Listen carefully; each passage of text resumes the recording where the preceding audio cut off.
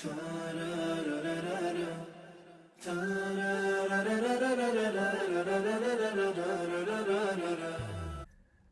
alaikum wa rahmatullahi wa barakatuh. Bienvenue encore une fois sur la chaîne Sabil al-Rashad. Nous allons poursuivre l'explication des sourates du Coran d'une manière très simplifiée, Inch'Allah. Avec l'aide de Allah, nous allons aujourd'hui voir sourate Al-Kafirun. Avant de la expliquer, nous allons, Inch'Allah, d'abord la lire d'une manière correcte et ensuite, nous allons, Inch'Allah, l'expliquer. أعوذ بالله من الشيطان الرجيم بسم الله الرحمن الرحيم قل يا أيها الكافرون لا أعبد ما تعبدون ولا أنتم عابدون ما أعبد ولا أنا عابد ما عبدتم ولا أنتم عابدون ما أعبد لكم دينكم ولي دين. هذه سورة الكافرون. C'est la sourate qui s'appelle Al-Kafirun, les infidèles. Voici quelques informations sur la sourate avant de l'expliquer. C'est la sourate numéro 109 dans le Coran. Elle contient 6 versets. Elle a été révélée à la Mecque. Et pour quelle raison elle a été révélée? Nous allons, Inch'Allah, le voir. Lorsque le prophète sallallahu alayhi wa sallam a commencé à faire son appel à Allah, à l'islam, dans sa tribu, à un moment donné, ils étaient tellement fatigués de son appel qu'ils ont voulu trouver n'importe quelle solution avec lui pour qu'il arrête. Donc, ils lui ont proposé la chose suivante. Ils lui ont dit, Ya Muhammad, ô Muhammad, voici ce que nous proposons. Nous te proposons d'adorer Allah, donc ton Seigneur, ton Dieu, celui pour lequel tu fais l'appel, pendant un an, tous ensemble, nous allons se mettre à adorer Allah, à faire les prières pour Allah, à expliquer, à appliquer l'islam pour Allah pendant un an. Et ensuite, pendant l'année suivante, nous allons tous adorer les statues, pendant un an également, jusqu'à ce que l'année se termine. Puis ensuite, on refait la même chose, un an pour Allah et un an pour les statues. Subhanallah, c'est quelque chose que Allah ne peut pas accepter. Allah doit et il mérite d'être le seul Dieu qui doit être adoré tout le temps. Pas une année sur deux, non, tout le temps. C'est pour cela Allah a révélé cette sourate qui s'appelle les infidèles pour répondre à cette proposition qui est totalement absurde. Donc, dans le premier verset, Allah il dit قُلْ يَا أَيُّهَا الْكَافِرُونَ. Dis, ô vous les infidèles. Allah il parle à son prophète sallallahu alayhi wa sallam. Il lui dit Ya Muhammad, ô Muhammad, il t'en fait une proposition. Voici la réponse que Allah lui donne. Réponds aux infidèles de Quraysh, ceux qui adorent plus que 300 statues qui sont faites en pierre. Subhanallah, on demande à ces gens où sont vos cerveaux? Ils fabriquent eux-mêmes les statues, puis ensuite ils disent c'est Dieu, ce sont des dieux, et ils commencent à les adorer, à leur demander des besoins, à leur faire des invocations. Subhanallah, quelle absurdité! Comment un humain peut créer son Dieu? Un humain peut créer son Dieu en pierre et ensuite commencer à l'adorer et commencer à lui faire la prière. Fallah Azza wa Jal, Allah leur a dit, voici la réponse que je vous donne dans sourate Al-Kafirun à travers le prophète alayhi salatu wa salam en disant Qul, dis Muhammad sallallahu alayhi wa sallam, Qul lahum, dis-leur, voici la réponse. Deuxième verset, Allah il dit La a'budu ma ta'budun. Dis-leur, je n'adore pas ce que vous adorez. Aujourd'hui, je n'adore pas ce que vous adorez. Pourquoi? Parce que vos statues sont faites en pierre. Vos statues ne sont pas des dieux.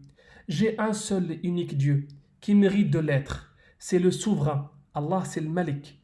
Allah, c'est le créateur de toutes choses. Allah, c'est le souverain qui gouverne l'univers et toutes les choses qui existent dans l'univers.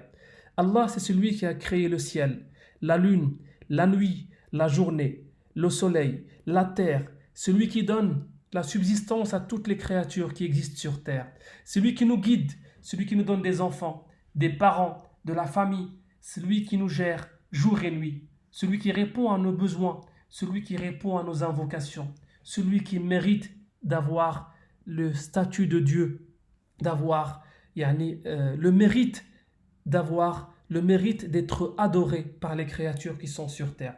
Donc le prophète sallallahu alayhi wa sallam leur dit La a'budu ma ta'budun. Je n'adore pas aujourd'hui ce que vous adorez. Et ensuite, dans le verset suivant, numéro 3, il dit Wala antum a'biduna ma a'bud. Et vous-même, vous n'êtes pas adorateurs de ce que moi j'adore. Toujours dans le présent. Allah il parle, dans le présent. Votre adoration partagée, donc entre Allah et les statues, ne peut pas être acceptée par Allah. Allah n'accepte pas l'association. Allah, il doit être adoré tout seul. On ne peut pas rajouter des intermédiaires avec Allah ou bien d'autres dieux avec Allah. Allah, il accepte d'être adoré tout seul et seulement tout seul. Donc il leur a dit, vous avez vos propres dieux et vous êtes libres d'adorer ce que vous souhaitez. Verset numéro 4, Allah leur dit toujours, il répète, il dit Wala ana abidun ma abadtum. Maintenant, il va parler dans le futur. Il a déjà dit dans le présent, je n'adore pas ce que vous adorez.